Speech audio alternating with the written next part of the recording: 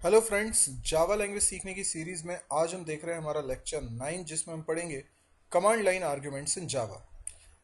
Command line argument यानी programme को start करने के लिए जब आप कमांड प्रॉम्प्ट से कमांड लिखते हैं तो उसी दौरान आप कुछ आर्ग्यूमेंट्स भी पास कर सकते हैं। ये आर्ग्यूमेंट्स मेन फंक्शन में आर्ग्यूमेंट के रूप में पास हो रहे हैं, जिसको कि मेन फंक्शन में बने स्ट्रिंग टाइप के एक एरे ARGS ने रिसीव किया होगा। तो जो आज तक मेन का प्रोटोटाइप हम लिख रहे थे उसके मायने हमको समझ में आएंगे।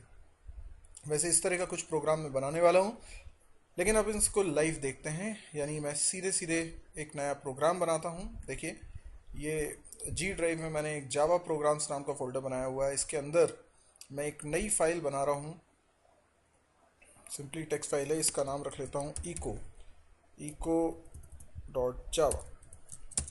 ठीक है, अब इस फाइल के अंदर मैं कोडिंग करने जा रहा हूँ। यहाँ पर मैंने लिखा public class eco.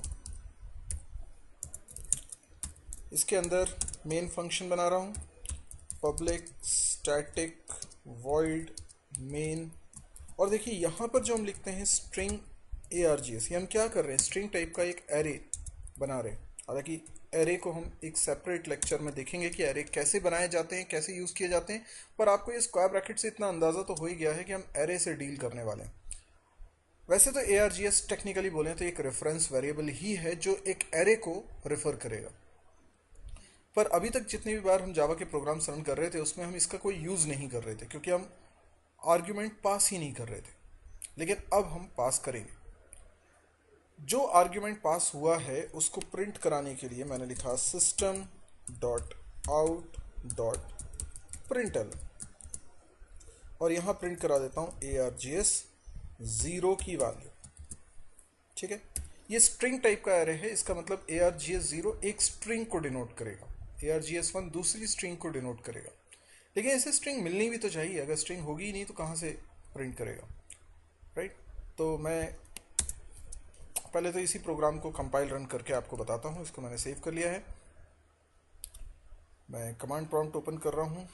Command prompt में मैं लिखता हूँ जी ड्राइव, इसके अंदर जावा प्रोग्राम्स। ओके फाइन, अभी मैं इसको कंपाइल करूँगा। आप देख सकते हैं ये eco.java यहाँ पे फाइल दिख रही है। ये कंपाइल करूँगा तो इसकी डॉट क्लास फाइल भी बनेगी। कंपाइल कैसे करते हैं, जावा सी eco.java। अगर कोई एरर नहीं होगी तो ये फाइल का ट्रांसलेशन होके eco.class बन जाएगी, और ये देखिए eco.class बन चुकी है। अब मुझे इसको रन करना है। रन कैसे होगा, जावा इको। नॉर्मली हम प्रोग्राम को इसी तरीके से रन करते हैं। जावा एप्लीकेशन लॉन्चर है और उसके बाद डॉट क्लास फाइल का नाम बिना एक्सटेंशन के साथ हम लिखते हैं। लेकिन हम चाहें तो इसके बाद स्पेस देकर और भी कुछ लिख सकते हैं। अब वो जो शब्द हम लिखेंगे ये होगा आर्ग्यूमेंट। जैसे मैंने लिखा सौरभ, तो ये आर्ग्यूमेंट है, सिर्फ ये अकेला। तो ये आर्ग्यूमेंट पहला आर्ग्यूमेंट है। अगर मैं स्पेस देके एक और शब्द लिखूं तो ये दूसरा आर्ग्यूमेंट होगा, फिर स्पेस देके एक और शब्द लिखूं तो ये तीसरा आर्ग्यूमेंट होगा। इनको बोलते हैं कमांड लाइन आर्ग्यूमेंट्स, और ये एक डेटा है जो पास होगा मेन फंक्शन में।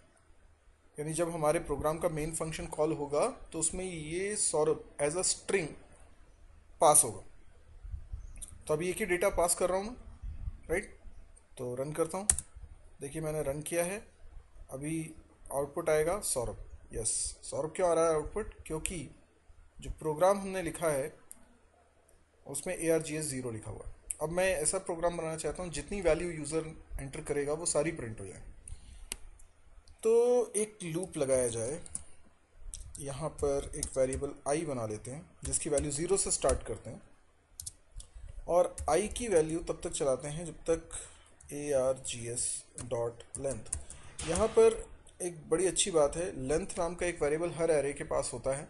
तो एरे का नाम है ARGS, वो डॉट लगा के अपने लेंथ वेरिएबल को एक्सेस कर सकता है, जिसकी वैल्यू साइज होती है, यानी जितना एरे में डेटा है उस हिसाब से लेंथ की वैल्यू होगी। तो अगर यूज़र ने 3 आर्ग्यूमेंट पास किए तो इसकी वैल्यू 3 हो जाएगी। तो 0 से 2 तक चलेगा। मैंने यहाँ सिर्फ लेस देन लगाया हुआ है, राइट। फिर सेमीकोलन आई प्लस प्लस, ये लूप चल रहा है, एंड ARGS 0 की जगह ARGS I लिख देता हूँ। तो ये सारे नाम अलग अलग लाइन में प्रिंट होने वाले। चलिए इसको सेव किया, दोबारा करूँ कंपाइल, हाँ दोबारा करता हूँ कंपाइल। तो ये मैंने कंपाइल किया, कोई एरर नहीं है। अब मैं रन कर रहा हूँ, पर इस बार मैं सौरभ शुक्ला जावा, ऐसे मैंने 3 शब्द पास कर दिए। ये पहली स्ट्रिंग, ये दूसरी स्ट्रिंग, ये तीसरी स्ट्रिंग, राइट। तो देखिए तीनों प्रिंट हो गए। तो जब आप वैल्यूज़ इस तरीके से पास कर सकते हैं तो उन वैल्यूज़ का इस प्रोग्राम में कोई भी यूज़ भी कर सकते हैं। यानी हम जो प्रोग्राम बनाएंगे इसमें हम इस डेटा का कुछ भी यूज़ कर सकते हैं, राइट। तो ये हो गया command line argument. I hope आपको ये समझ में आया होगा। बहुत सिंपल सा लेक्चर था। आप रैपर क्लासेस वाला लेक्चर से पहले पढ़ चुके हैं। तो यदि कोई नंबर्स सप्लाई करता है तो हम उसको भी ट्रांसलेट कर सकते हैं। फॉर एग्जांपल मुझे कुछ नंबर्स का सम करना है, तो मैं क्या करूँगा, ये लूप तो इसी तरीके से चलाऊँगा, राइट। और मैं उन नंबर्स का सम करना चाहता हूँ, तो मैं एक वेरिएबल ले लेता हूँ इंट s, और इसकी वैल्यू इनिशियली 0 रखता हूँ, राइट। और हर बार मैं यहाँ प्रिंट कराने की बजाय s में असाइन करता हूँ s प्लस ARGS 0। लेकिन लेकिन लेकिन लेकिन इसमें एक मिस्टेक है। क्या मिस्टेक है? ये डेटा स्ट्रिंग है, तो स्ट्रिंग एक स्ट्रिंग और एक इंटीजर होगा तो कंकैटिनेट हो जाएंगे। वो तो हम कंकैटिनेट नहीं करना चाह रहे, एडिशन करना चाह रहे हैं। तो यूज़र प्रोग्राम में यहाँ टाइप करते वक्त जब प्रोग्राम को स्टार्ट कर रहा है तो यह नाम देने की बजाय अगर दे दे 12, 34, 56, तो इन नंबर्स को ऐड होना है। तो ये नंबर्स हैं लेकिन पास तो एज अ स्ट्रिंग हो रहे हैं ना। तो ARGS 0 में तो स्ट्रिंग गई है। तो हम यहाँ पर रैपर क्लासेस का इस्तेमाल करेंगे। हम लिखेंगे integer dot parse int.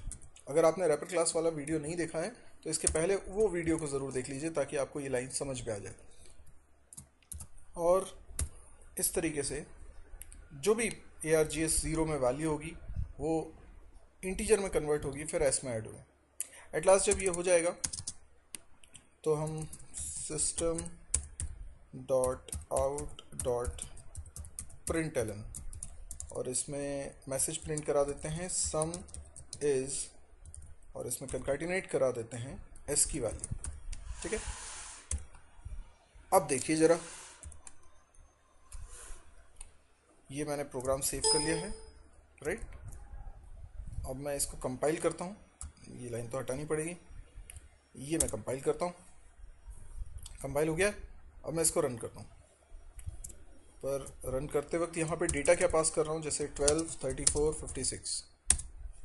Some is 102, that's great. यानी ये तीनों नंबर का सम हो गया है। कोई भी नंबर्स का, और कितने भी नंबर्स का आप सम कर सकते हैं, ज़रूरी नहीं 3 ही नंबर देना है। जैसे मैं फिर से रन करता हूँ, इस बार मैं देता हूँ 1, 2, 3, 4, 5, 6, 7, 8, 9, है ना, और 10। देखिए सम इज़ 55, ग्रेट। तो इस तरीके से कमांड लाइन आर्ग्यूमेंट हमें समझ में आया होगा। ये इसका प्रोग्राम। यदि आपको लगता है कि ये चैनल बहुत यूज़फुल है तो आप इसको सब्सक्राइब क्यों नहीं करते। आप इसको सब्सक्राइब करिए ताकि और भी कोई वीडियो मैं अपलोड करता हूँ तो वो आपको जानकारी उसकी मिलती रहे। इसके अलावा एक वेबसाइट है www.mysirji.com, आप इसको ज़रूर विजिट करिए क्योंकि इस साइट में मेरे और भी चैनल्स के लिंक दिए हुए हैं। तो आपको अगर डेटा स्ट्रक्चर पढ़ना है, C पढ़ना है, C++ पढ़ना है, जावा पढ़ना है, PHP पढ़ना है, तो उसके लिए चैनल्स वहाँ पर मौजूद हैं। तो आप इसको विजिट करिए। अगर आपको कुछ शिकायत, सुझाव या डाउट हैं तो आप कमेंट्स के ज़रिए मुझ तक पहुंचा सकते हैं। आप वीडियो को लाइक कर सकते हैं और आप अपने दोस्तों के बीच में इसको शेयर भी कर सकते हैं यदि आपको लगता है कि दूसरों के भी बहुत काम आने वाला है। Thank you.